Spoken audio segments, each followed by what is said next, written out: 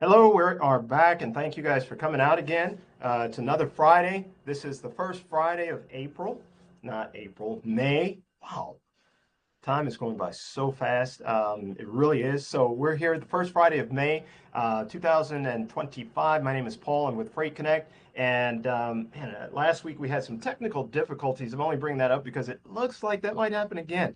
I'm really going to have to change the service that I use. But at any rate, we're here to talk some trucking. I think we have some really good topics, some topics that just came up, but I think that they are worthy of talking about, at least throwing some things out there. And I just want to move a couple of things around on my screen really quickly. And before we get started, I hope you guys had a great week. Hope you moved a lot of freight. Hope you made a lot of money. Hope you have a lot of plans to have a good weekend and then go into next week and have a really, really good week.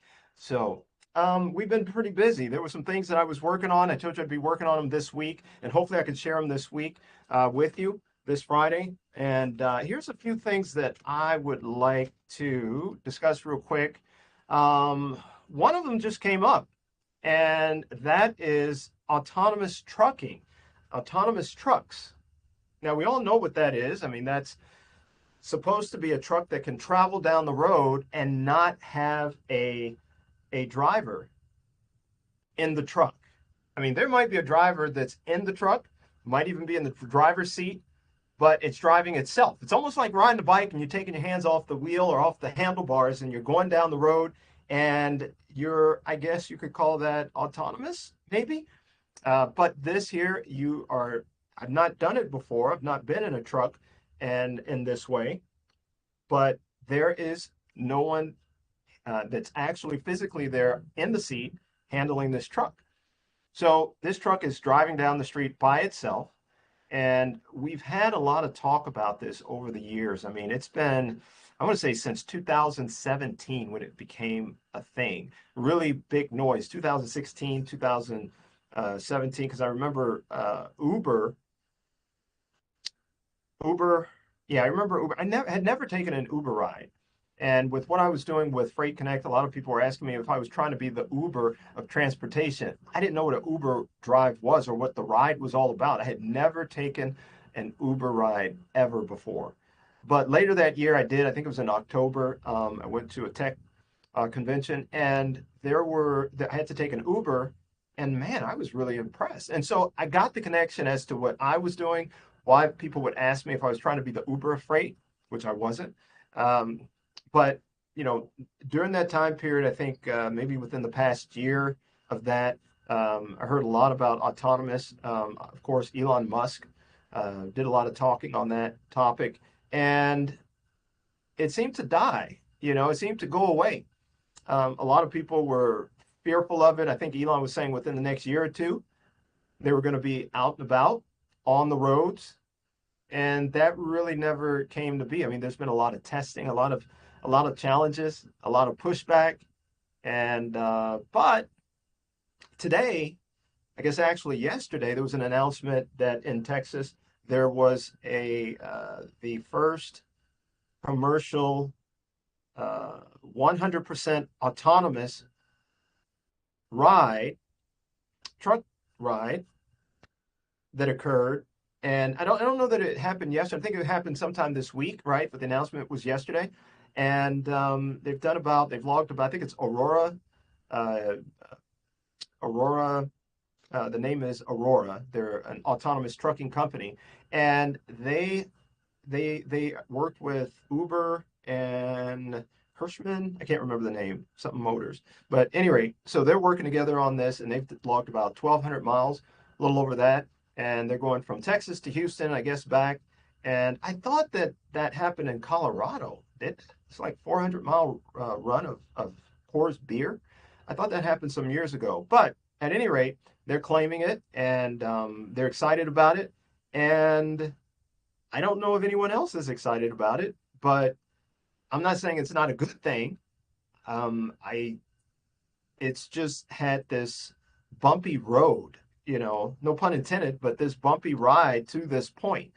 And I don't know all about autonomous, but just what I've heard and um, what I continue to hear, um, I guess it depends on who's telling you the story. It's not the best of things. There are a lot of people out there that are still fearful of having these vehicles on the road with no one behind the truck or behind the wheel. And I don't know. I don't know. What do you think? I just think that as time goes on, things change. And this just happens to be one of them. At the time when trucks came out and they were on the roads, I don't know, I guess it was a big deal in the 60s and 50s, maybe, commerce in regards to trucks with our interstates being developed. That was a big deal, right? And people really, and then even having just a car, families having cars, that was a big deal. And then today, we have no one behind the wheel. I mean, there's a couple of things that go on there. One, a lot of people are concerned about safety, which makes total sense. I mean, that scares the mess out of me. I can get on a roller coaster. There is no one driving the roller coaster.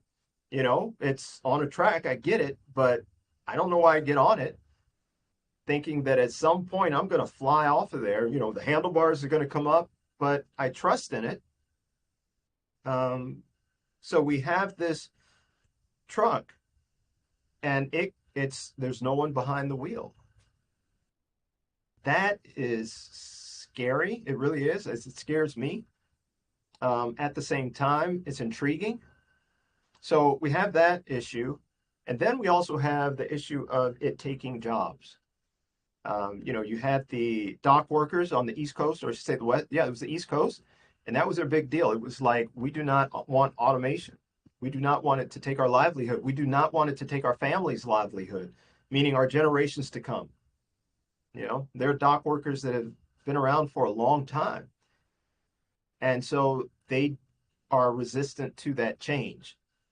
Would that be good change? Yeah, I'm sure there would be benefits to coming of having autonomous operations at the ports. Would there be benefits of having autonomous um, technology on the road in an actual truck? Tons of it, tons of benefit. But then you have to deal with the other two issues. That's the safety, and that is the elimination of jobs. And automation, technology, all that it does reduce the human factor. There's no question about it.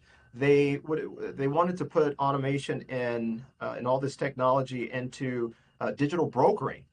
I remember when that first came out, I said it's not going to work. At least not the way we're doing it. It's like, no, it's not going to work. And that was Uber. I remember when Uber wanted when they came out with Uber Freight.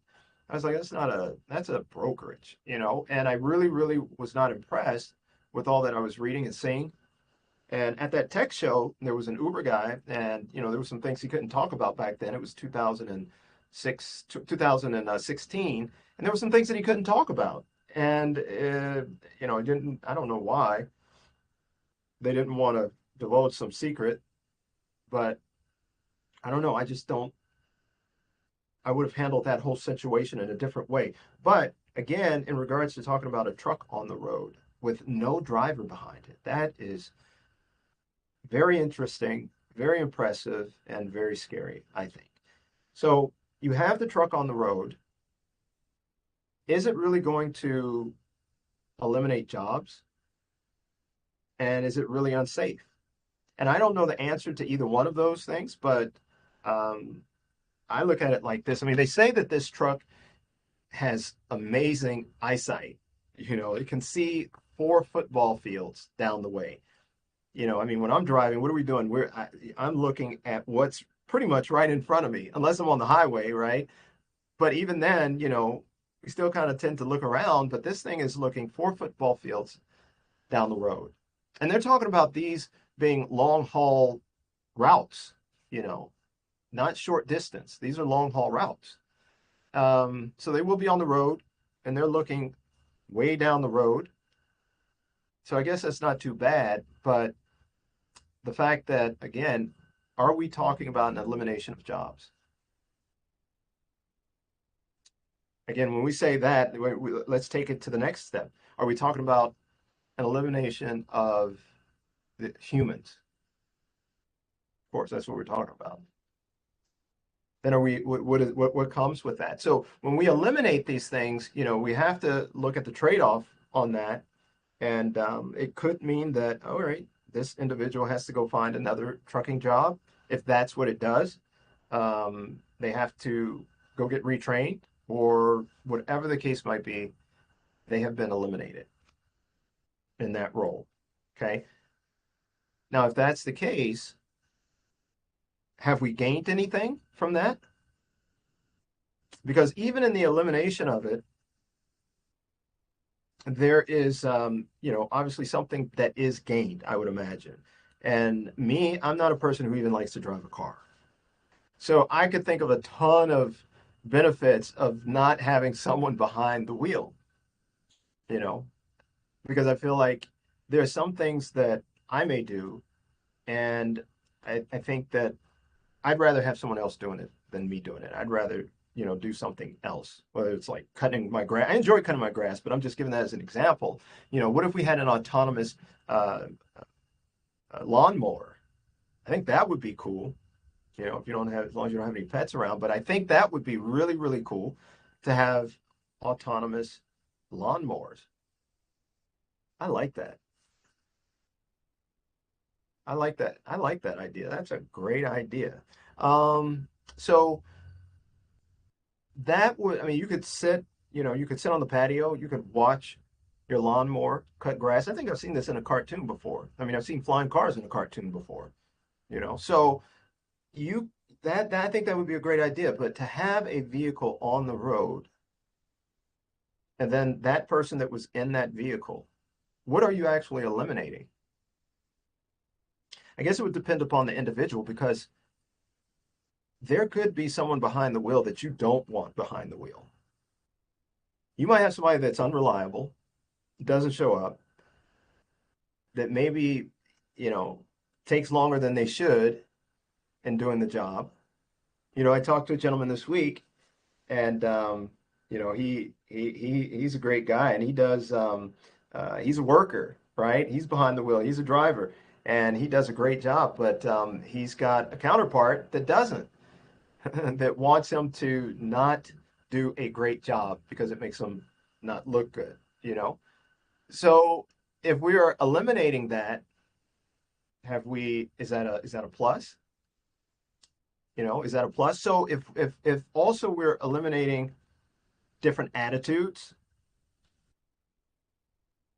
and when we start talking about that, the question is who deals with those attitudes, right? You have fleet owners who have to deal with multiple drivers, and if there's something that they could eliminate to make their jobs better, I guess, um, would you be able to pick and say, I want to get rid of this attitude?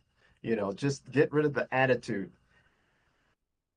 and then we can be very productive, or even someone who doesn't show up, and then the fleet owner has to get in a vehicle and drive, has to take care of that load, or vacations come up, you have to juggle things around. Now, I'm not saying what if you eliminate all drivers. I'm saying, in my thought process, what if you had one truck? I mean, I don't know how expensive these things are. I'm just thinking in terms of the technology and it being there. And, I'm thinking on a very surface level. But to me, on a very surface level, it'd be cool to have a truck and it drives, it drives itself. And I can be sitting in my office like a broker. Isn't that what we would say? I could be sitting in my office like a broker doing nothing, which would be untrue. Brokers work, and so do fleet owners. Okay, those that sit behind a desk, there's work to be done. Trust me.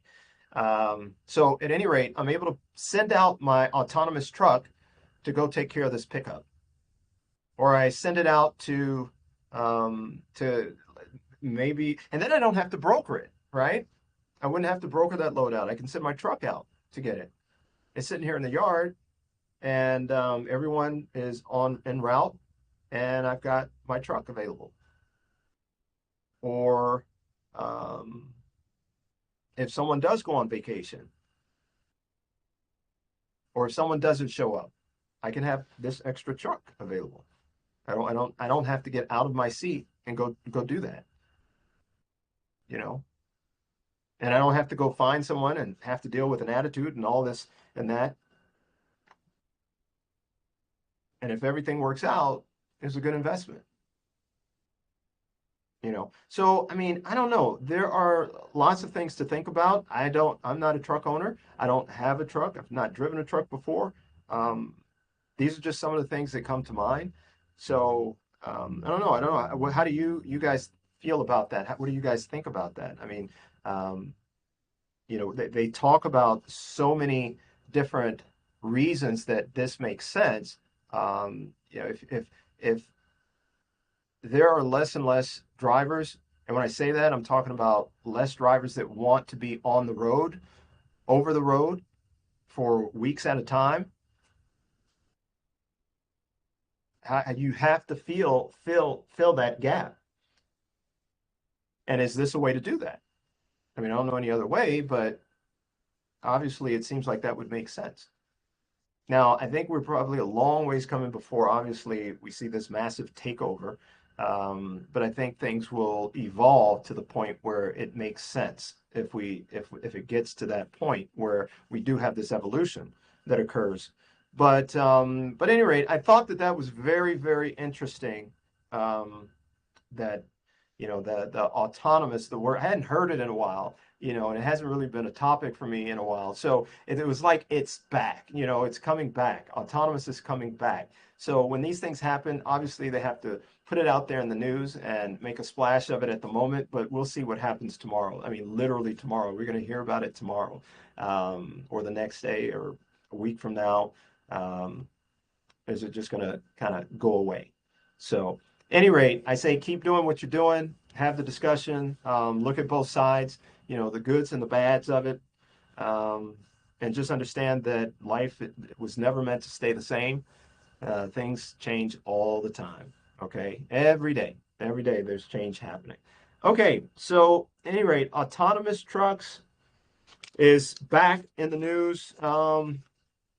What else? Well, one thing I did want to mention on that, I don't know if you guys, I mean, it's pretty tough. And forgive me if I have my stories wrong, because it seems like there was a couple of situations that had occurred.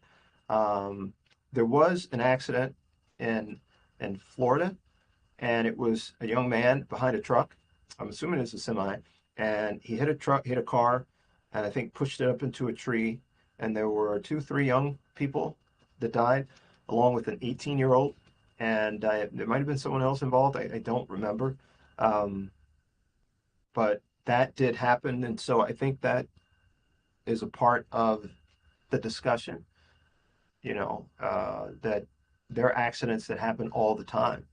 And people can give various reasons why this happens and how it should be handled and why they do occur. And this person's not doing their job. This agency is not doing their job. Um, but they happen. They happen daily.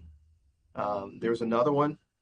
I believe it was in Illinois, and it seemed very similar. I think a truck was involved. I can't recall, but it seemed like it was a very similar situation. So again, forgive me if I have the stories wrong. But I know that about a past week or two that this did occur, and I think it was this week, um, or within the past 7 days maybe. But at any rate, prayers go out to the families and friends, all that who are connected with that. But the young man, I understand, who was behind the wheel, was like 23, 24 from Alabama. I believe that's where he was from. And God, I hope I'm not butchering this, but that's the information that I remember. And if you have, I mean, we hear about these accidents a lot, and I get an email. I can't remember where I get it from. I don't even know how I got on the email list, but I get an email regularly, like seems like 3 times a week at least. I don't open it often. Very rare that I do. I don't know why I'm still on the list, but it's filled with these accidents that occur.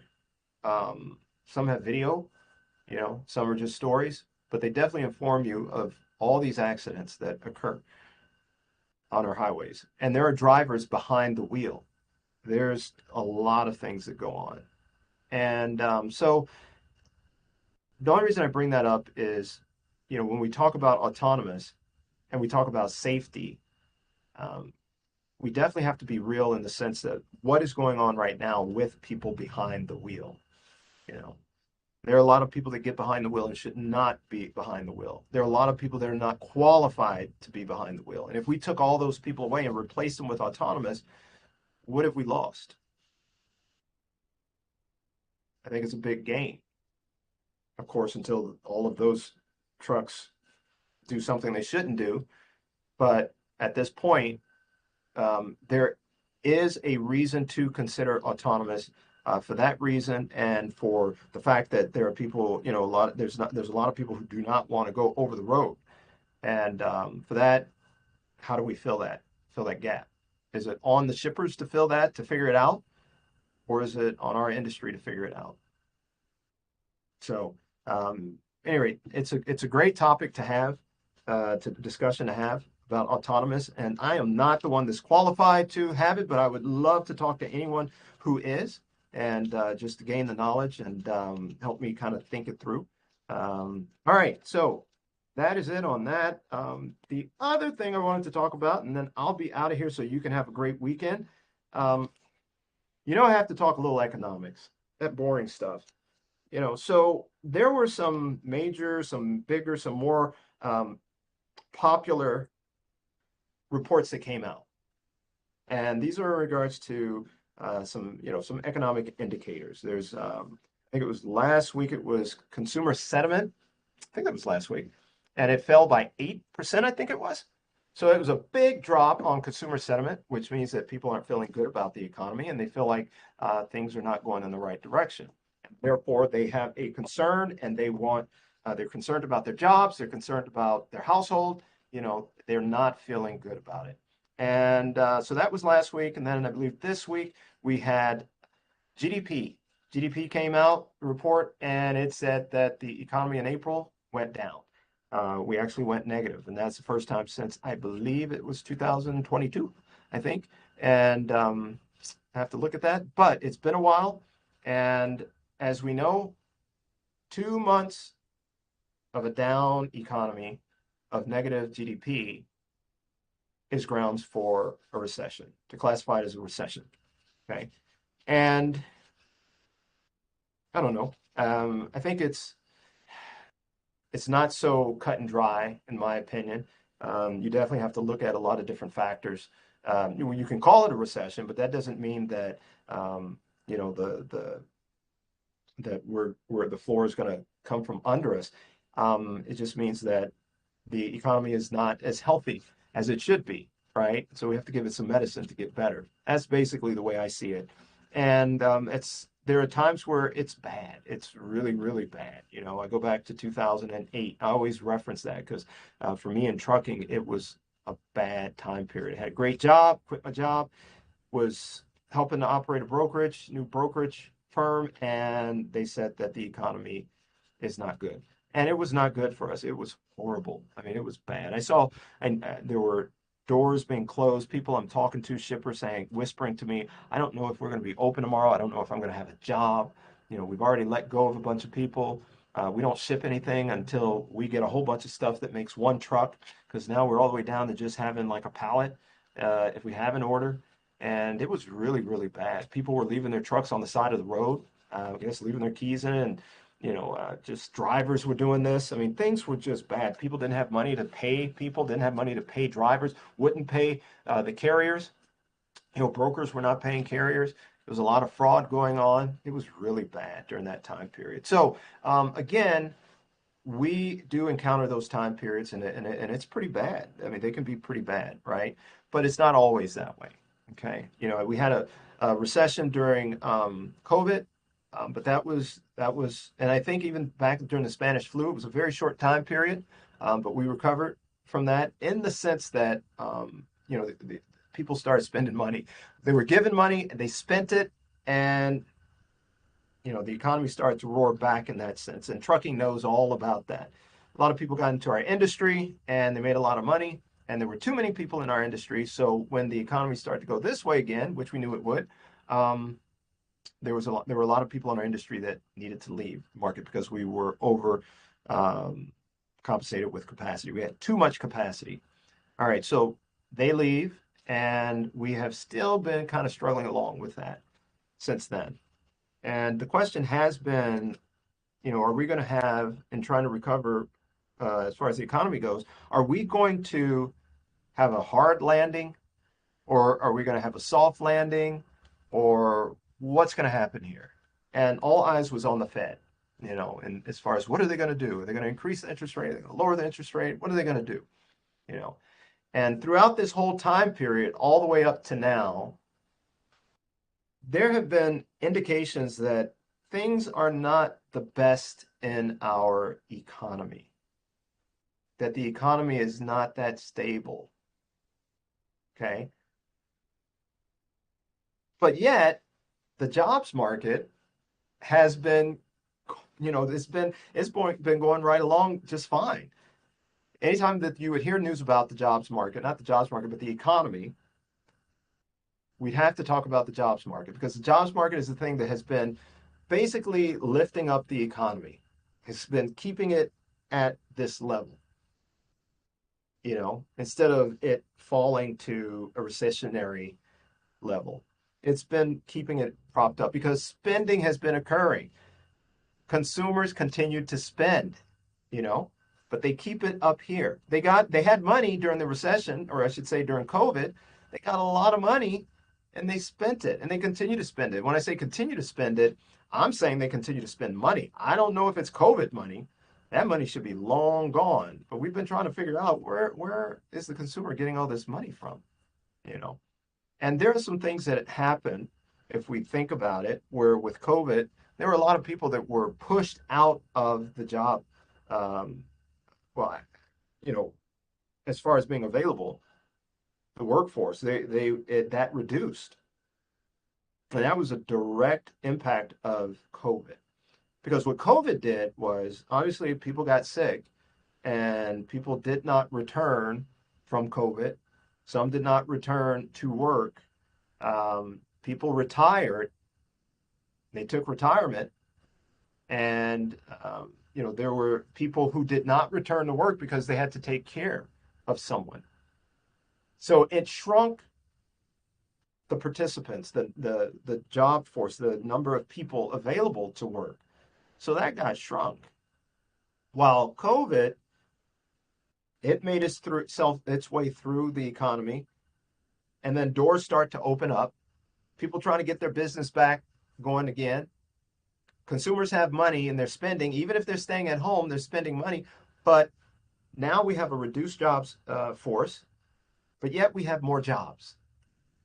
So with that, businesses are looking for employees. I'm sorry, they're looking for employees. And if you remember, there was a lot of money that was being offered. Even in our industry, truck drivers were getting paid. I mean, they would go from one company to another and getting those bonuses. And then the companies got smart and said, they said, you got to be on this job for 3 months, 6 months, whatever it is. We'll trickle it out to you, But there was a need. There was a need for truck drivers, a need for truck companies. There was a need for employees. There was a need for all of that. So the market was hot. I mean, it was on fire, right?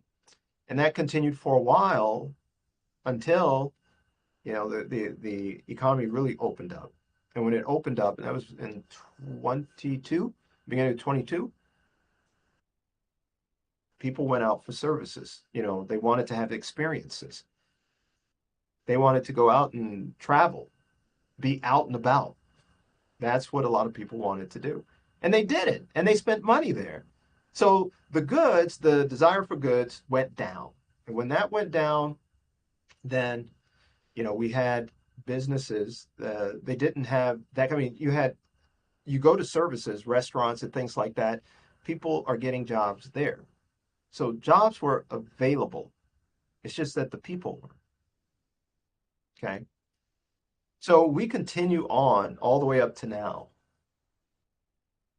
And the idea is, or the question is, if things have been changing where the economy, people aren't spending a lot of money on goods as they were before, things are getting back to normal, um, and the consumer continues to spend, but, and then there's tons of jobs every month.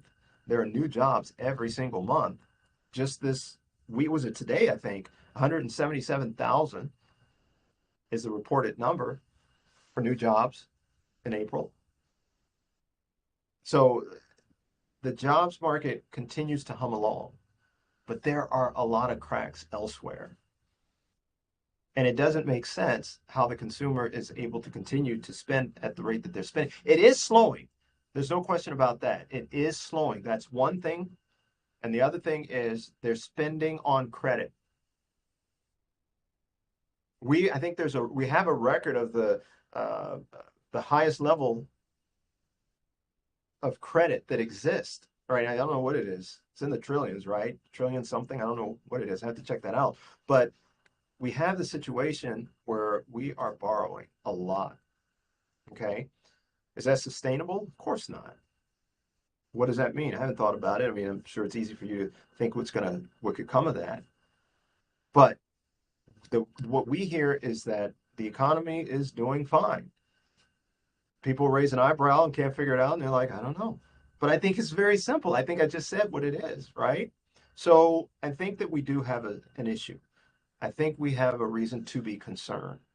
Um, and the reason being is, I mean, with the tariffs as well, I think that goes into effect to the point where we're going to start feeling it. We're going to start experiencing it, meaning higher prices come real soon.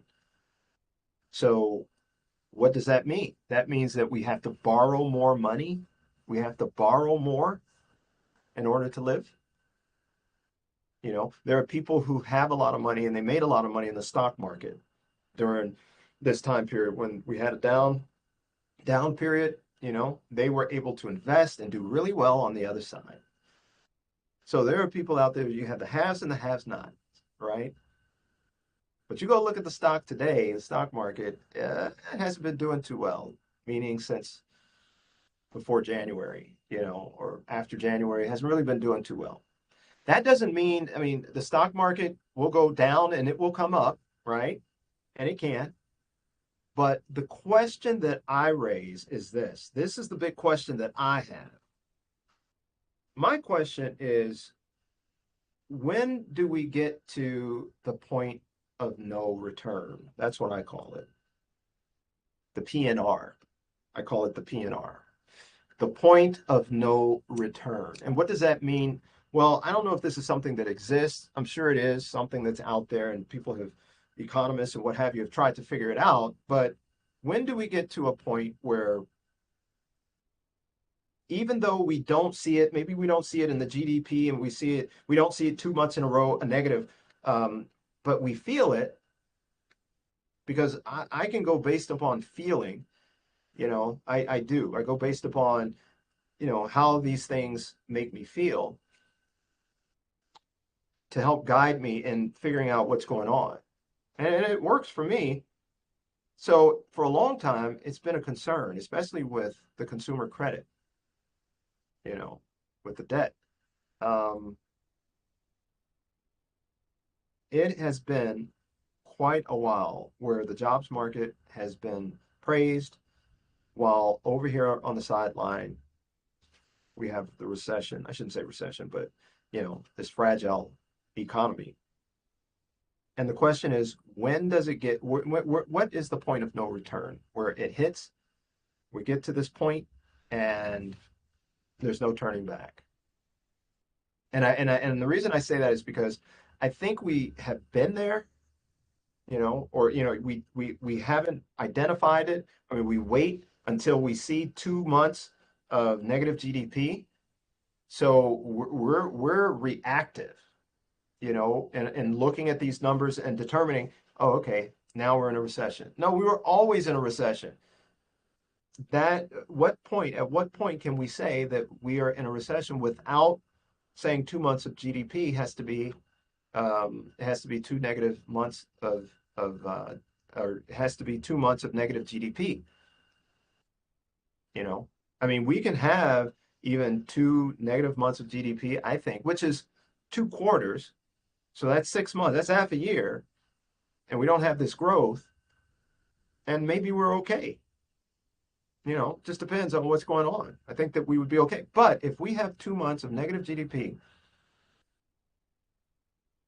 or not 2 months, two quarters, then they call it a recession. It can call it a recession. But again, over here, we probably could have identified that 6 months ago.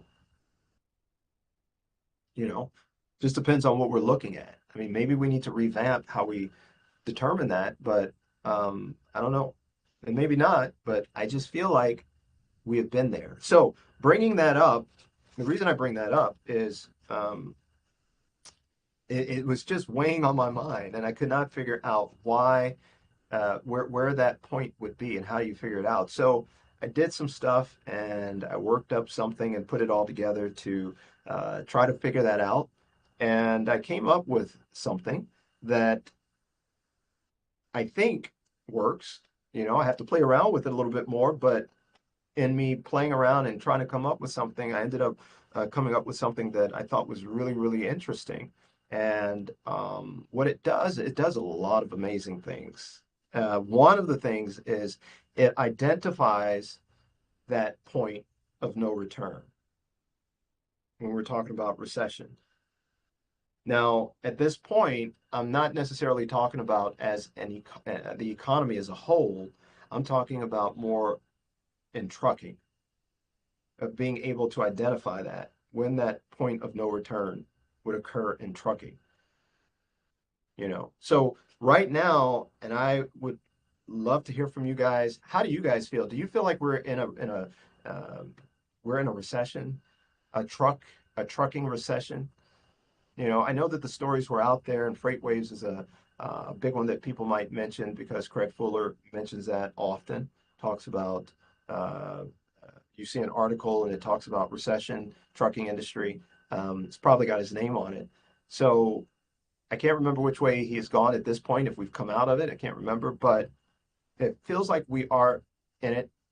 And with this system that I developed, it says that we are in it and we have been in it since the first quarter of 2023. So since then, all the way up to now, it has been challenging. It's been challenging for our industry. And in regards to being able to identify that, there's a lot of other things that we'll be able to identify. We can actually segment this out based upon parts of the country, you know, and actually be able to focus in on areas that make sense for you based upon your equipment size or your equipment type, based upon the type of equipment you have, um, based upon the industry, you know, um, we're able to figure out what actually makes sense. Excuse me.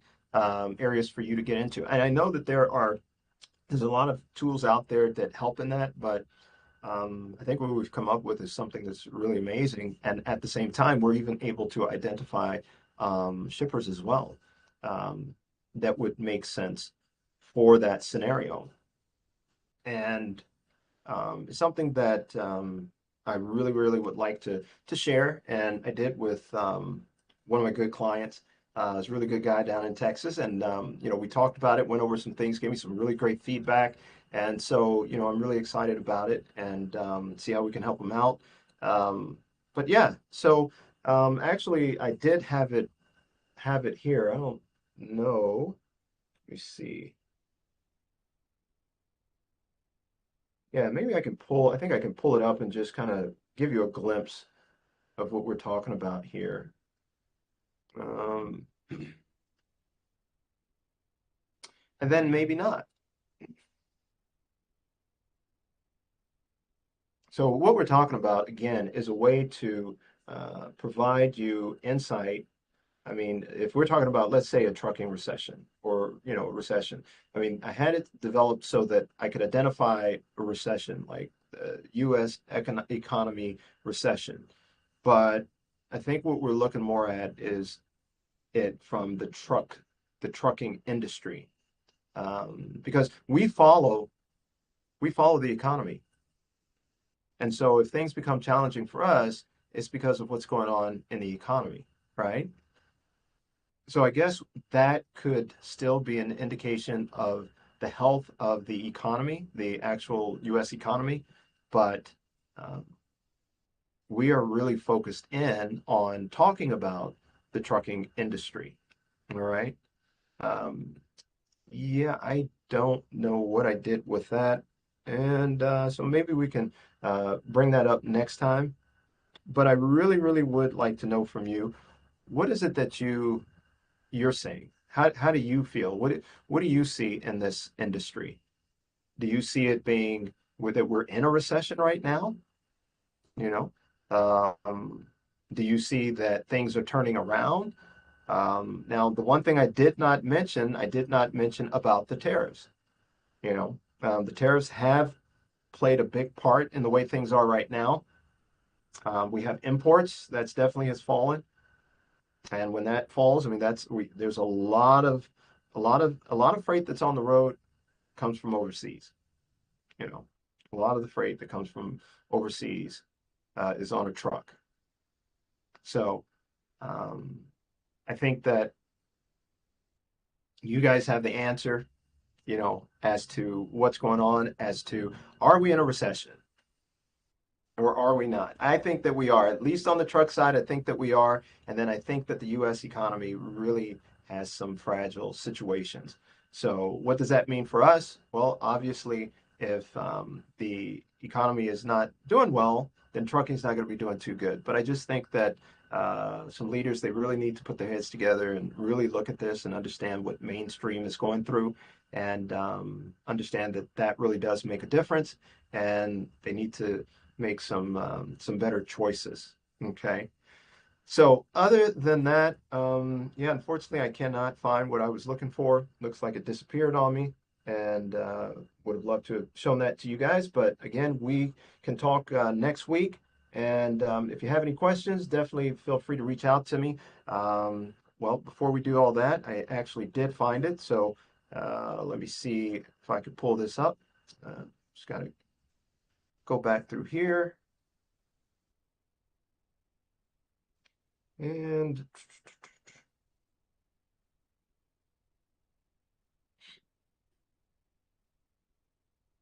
I think one of the things I'm going to do is I keep saying it and I keep saying it, but I need to get me a new system here.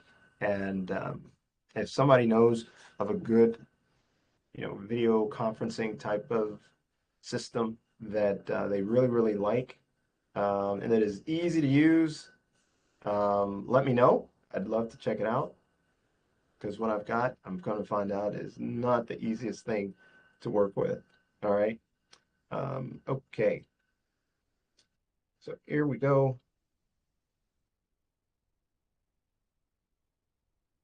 And we're going to, I guess we'll go here.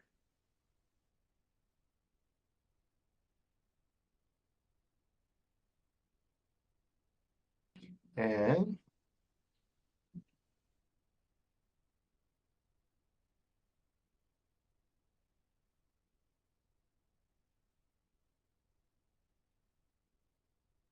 oh, there we go. All right. So we'll just do this. All right. I think I'm sharing here. If I am, then I'll need to move all this stuff around. And let me pull this up.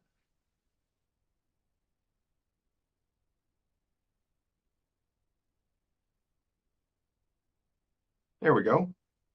So I think that you all can see this, and I hope so. And yeah, so here we go. So basically, try to keep their name out of there. Sorry about that. As a client. But what we did here was we put together, I'm sorry if this is kind of fuzzy. Let me see if I can pull that in. It appears to be a little fuzzy because this here basically is a screenshot, but I think,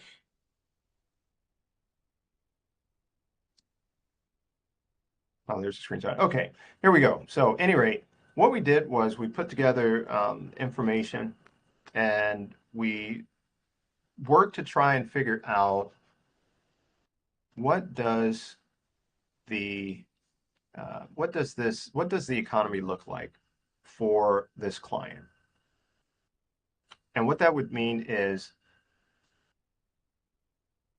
okay, here we go. And what that would mean is what does the economy look like for them? What does the economic, the economy, the environment, what does it look like for them? Meaning that if you're out and about for yourself, does the economy feel comfortable? Does it feel like almost using consumer sentiment? How do you feel? Do you feel like you are able to get a job? Do you feel like that you're able to pay your bills? Do you feel like you see a future where you're able to be prosperous? You know, and if you do, maybe you are right. Maybe there are things out there that say, hey, the economy is strong. So a lot of times, again, we go off of feelings, but we want to have something concrete that tells us, no, this is the way things are. Things are good, right? And that brings about more confidence.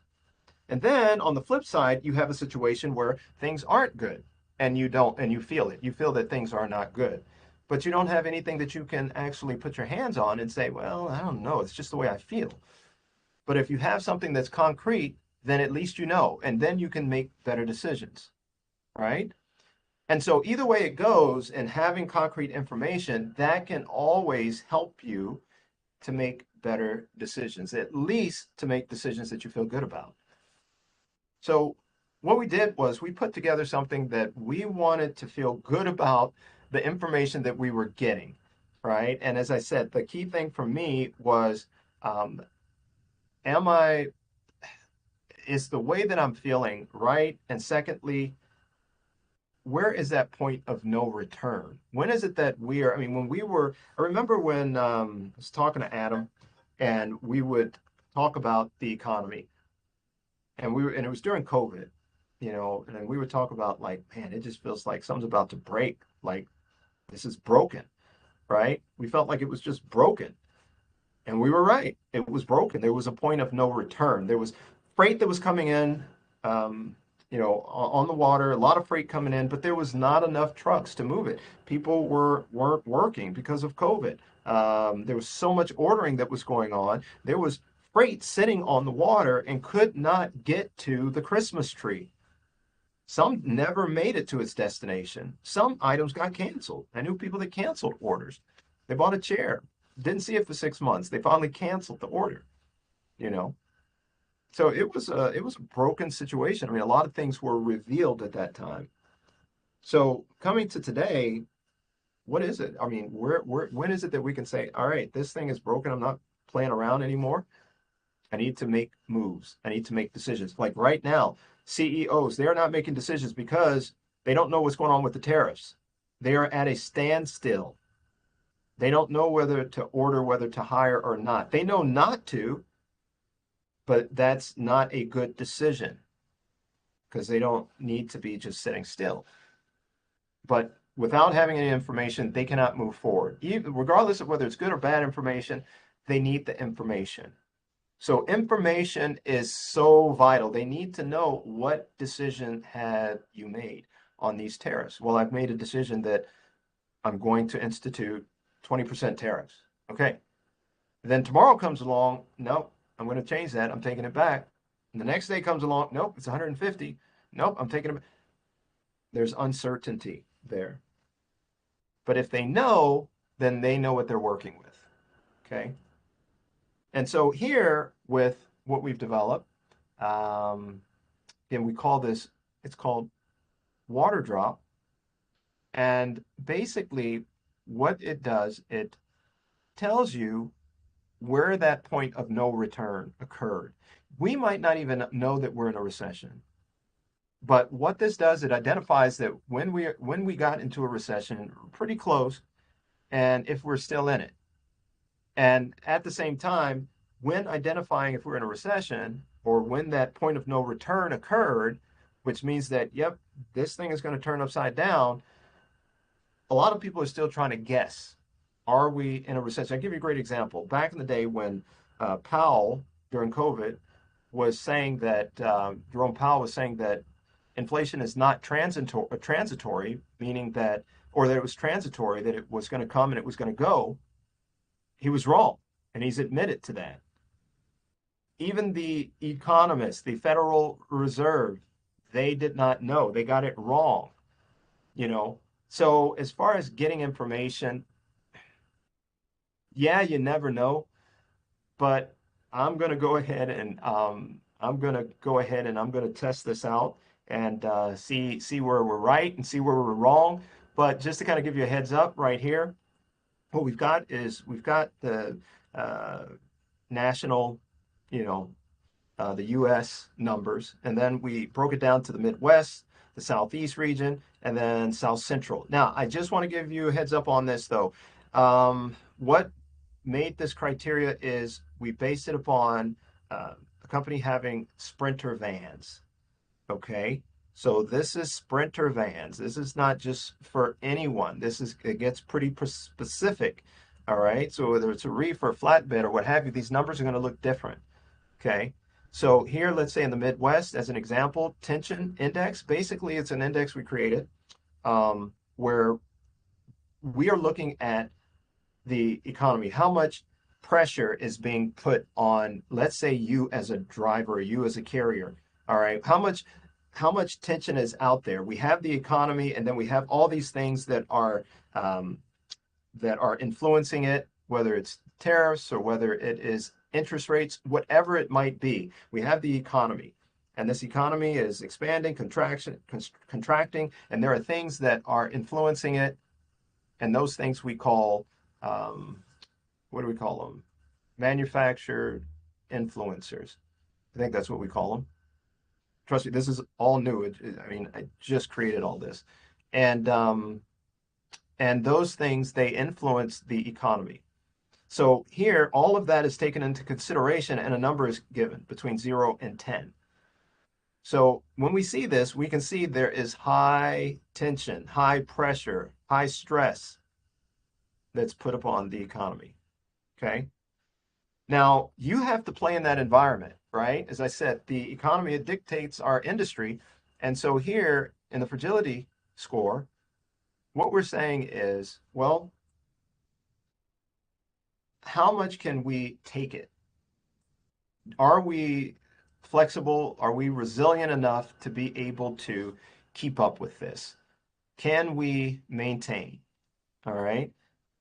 And if we can, we're going to see that number. This number is going to be within one of this number. So if it's 8.2, if we're 8.2, if we're 8.1, then we're good.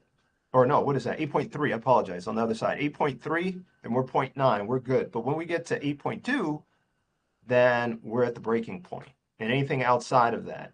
And the more outside of that we are, the spread, which is this here, the 1.3, then the less we're able to deal with it. Okay. So it's like I'm dealing with a lot of stuff from this, from all this pressure.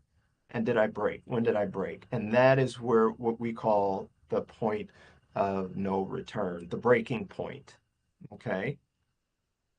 So that is what we're looking at right here. And so down here, we end up having a breach of the point of no return, meaning that yes, there was a break. And here is 90% certainty. So we feel very confident in that. Based upon all that we know, we feel pretty confident at 90%. Over here in the South Central, we're 93%. And we feel that over time, we'll be able to get closer to 100%. Not saying we'll ever get to that, I don't know. But we feel like we can make this better. So right now, if you're operating in the South Central Texas area, what's going on? or the Southeast or the Midwest? What are you feeling? What are you seeing out there? Here, not as confident,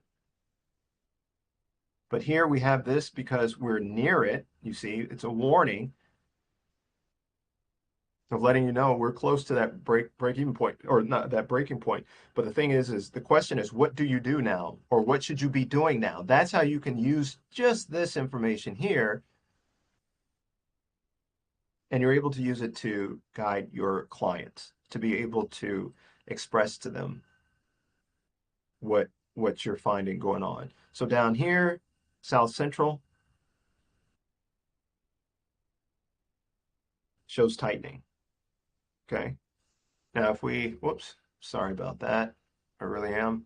Um, if we go down here, we're going to identify what are the best areas for you to focus in on during this time period, and we tell you why.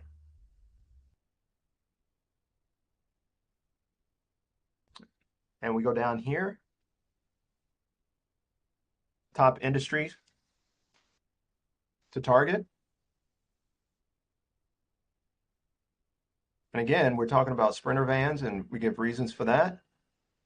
And then down here, suggested, oops, those are actual companies. So we actually pull that. We're able to pull that information and give you some leads actually based upon this information.